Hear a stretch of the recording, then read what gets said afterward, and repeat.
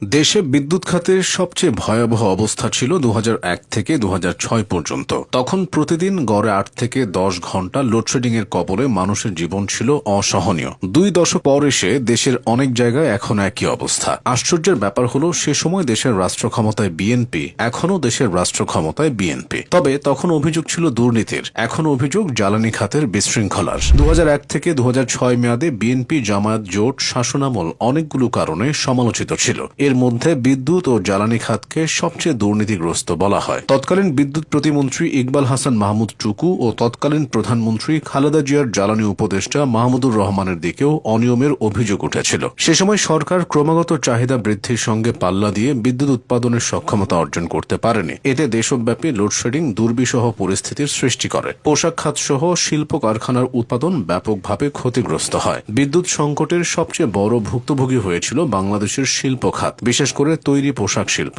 নিরবচ্ছিন্ন বিদ্যুতের অভাবে কারখানাগুলোর উৎপাদন সক্ষমতা অর্ধেকে নেমে এসেছিল। বিদেশি বায়ারদের অর্ডার সময়মতো সরবরাহ করতে না পারায় অনেক কারখানা তখন বন্ধ হয়ে যায়। শিল্পপতিরা জেনারেটর ব্যবহার করে উৎপাদন সচল রাখার চেষ্টা করলেও তাতে খরচ বেড়ে গিয়েছিল বহুগুণ। ফলে বিশ্ববাজারে বাংলাদেশি পণ্যের টিকে থাকার সুযোগ কমে এসেছিল। তৎকালীন বিদ্যুৎ খাতের দুর্নীতির সবচেয়ে বড় বিষয় ছিল খাম্বা বা বৈদ্যুতিক খুঁটি। অভিযোগ ছিল বিদ্যুৎ কেন্দ্র তৈরি না করে কেবল খুঁটি স্থাপনের মাধ্যমে কোটি কোটি টাকা আত্মসাৎ করা হয়েছিল। এই লুটপাটের সাথে সরকারের উচ্চ পর্যায়ের আশীর্বাদপুষ্ট ব্যক্তিদের সংশ্লিষ্টতা ছিল বলে অভিযোগ আছে। বিদ্যুৎ সংযোগ দেওয়ার নামে সাধারণ মানুষের কাছ থেকে অর্থ নেওয়া হলেও তারা অন্ধকার থেকে মুক্তি পায়নি। অব্যবস্থাপনা এমন এক পর্যায়ে পৌঁছেছিল যে খোদ দাতা সংস্থাগুলো ক্ষুব্ধ হয়ে উঠেছিল। ২০০৪ সালে বিশ্বব্যাংকের কান্ট্রি ডিরেক্টর ক্রিস্টিন ওয়ালিচ ৩২টি দাতা সংস্থার পক্ষ থেকে তৎকালীন প্রধানমন্ত্রীকে চিঠি লিখে বিদ্যুৎ খাতের ভয়াবহ দুর্নীতি ও রাজনৈতিক হস্তক্ষেপ বন্ধের তাগিদ দেন।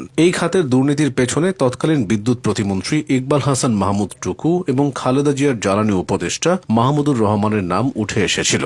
বিদ্যুৎ প্রতিমন্ত্রী হিসেবে টুকুর বিরুদ্ধে অবৈধ সম্পদ অর্জনের সুনির্দিষ্ট অভিযোগ ওঠে, যার ফলে পরবর্তী সময়ে তাকে আইনি প্রক্রিয়ার সম্মুখীন হতে হয়। অন্যদিকে জ্বালানি উপদেষ্টা মাহমুদুর রহমানের বিরুদ্ধে অভিযোগ ছিল তিনি জ্বালানি খাতের নীতি নির্ধারণে অস্বচ্ছতা বজায় রেখেছিলেন এবং নির্দিষ্ট কিছু গোষ্ঠীকে অন্যায্য সুবিধা দিয়েছিলেন। এই নীতি নির্ধারকদের অদূরদর্শিতা ও অনিয়মের কারণে পুরো জ্বালানি খাত দেউলিয়া হওয়ার উপক্রম হয়েছিল। বিদ্যুৎ সংকটের ফলে সৃষ্ট জনরোষ একসময় রাজপথে নেমে আসে। ২০০৬ সালে জোট সরকারের শেষের দিকে বিদ্যুৎ না পেয়ে চাঁপাইনবাবগঞ্জের কানসাট এলাকার পল্লী বিদ্যুতের গ্রাহকেরা ক্ষুব্ধ হয়ে ওঠেন। তারা পল্লী বিদ্যুতের মিটার ভাড়া ও ন্যূনতম চার্জ প্রত্যাহার সহ ৫ দফা দাবিতে আন্দোলন শুরু করেছিলেন। ৫ মাসব্যাপী পল্লী বিদ্যুৎ উন্নয়ন সংগ্রাম পরিষদের নেতৃত্বে হওয়া আন্দোলনে আইনশৃঙ্খলা রক্ষাকারী বাহিনীর গুলিতে প্রাণ হারান ১৭ জন, আহত হন অন্তত ৬০০ জন মানুষ। এই কানসাট আন্দোলন ছিল বিদ্যুৎ না পাওয়ার হাহাকার থেকে সৃষ্ট এক আন্দোলন। কানসাটের সেই রক্তক্ষয়ী সংঘর্ষ প্রমাণ করেছিল যে সরকারের অব্যবস্থাপনা সাধারণ মানুষের সহ্যের সীমা ছাড়িয়ে গেছে।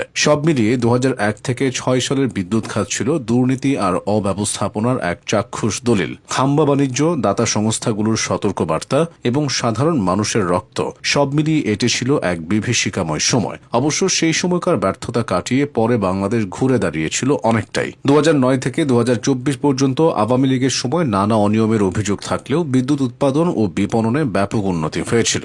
একটি দেশের জ্বালানি নিরাপত্তা নিশ্চিত করতে স্বচ্ছতা এবং সঠিক পরিকল্পনার কোনো বিকল্প নেই। বর্তমানে দেশের জ্বালানি খাতে বিশৃঙ্খলা দেখা দিচ্ছে, ফলে বিদ্যুৎ খাতেও তার প্রভাব পড়ছে।